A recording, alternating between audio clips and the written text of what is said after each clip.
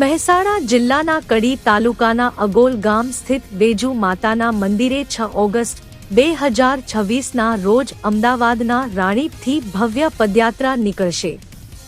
ધાર્મિક કાર્યક્રમ અંતર્ગત 7 અને 8 ઓગસ્ટે 2 દિવસીય યજ્ઞનું આયોજન કરવામાં આવ્યું છે, જ્યારે 8 ઓગસ્ટે ભવ્ય મહાયજ્ઞ યોજાશે। આયોજકોના જણાવ્યા મુજબ દર વર્ષે યોજાતા યજ્ઞની તુલનામાં આ વર્ષે વધુ વિશાળ અને ભવ્ય આયોજન કરવામાં આવ્યું છે।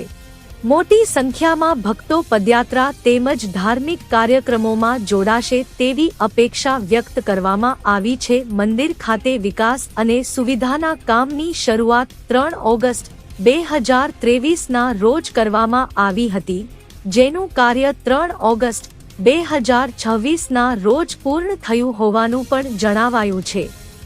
મેં 2 દિવસ પહેલા આપણો વિડીયો જોયેલો। એ વિડીયોની અંદર અમારા ગામના ઠાકોર શકુબેન જે ઓફ થઈ ગયેલા, ભયંકર વરસાદ પડતો હતો અને સ્મશાનની અંદર કેળામાં પાણી ભરેલા, એની અંદર ટ્રેક્ટર ખૂંચી ગયેલું। અમારા ઉસ્માનભાઈ પોતાનું જીસીબી લઈ અને આવ્યા અને ટ્રેક્ટરો બહાર કાઢ્યા અને બધાને ખૂબ સાથ અને સહયોગ આપ્યો છે। આ અમારા ગામની એક એકતાનું એક પ્રતીક છે। સદર આ મહોત્સવ ઉજવવામાં આવશે। એ મહોત્સવની અંદર પ્રસાદ લેવા માટે મુસ્લિમ બિરાદરોને અમારું હાર્દિક આમંત્રણ પણ છે। જો અગોલ ગામના મુસ્લિમો બિરાદરો એટલા બધા નીતિમાન માણસો છે। અમારું આ વેજુ માતાનું મંદિર વર્ષો જૂનું પુરાણું છે। આ મંદિરની એ અમારો કોઈ પણ ભાવિક ભક્ત રાતના સમય આવે તો મુસ્લિમ બિરાદરો વેજુ માતાના મંદિરે મૂકવા માટે જાય છે।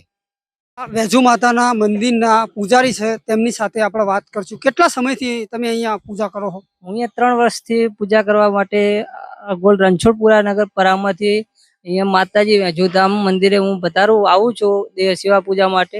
ત્યારે ભાઈઓ, આ મુસ્લિમ ભાઈઓ છે, એ મને એટલો સહકાર આપે છે કે મહારાજ કોઈ તકલીફ હોય, કાંઈ પણ હોય તો મને સાંજે કે રાતે ગમે ત્યારે હોય તો મને કહેજો કે અગોલ ગામની અંદર કોઈ પણ તકલીફ હોય તો પૂજારી માટે અમે તૈયાર જ છીએ અને હું રાત દિવસ ગમે ત્યારે આવું તો મને કોઈ ડર નહીં। 10 વર્ષ મને અગોલ ગામની અંદર થયા છે।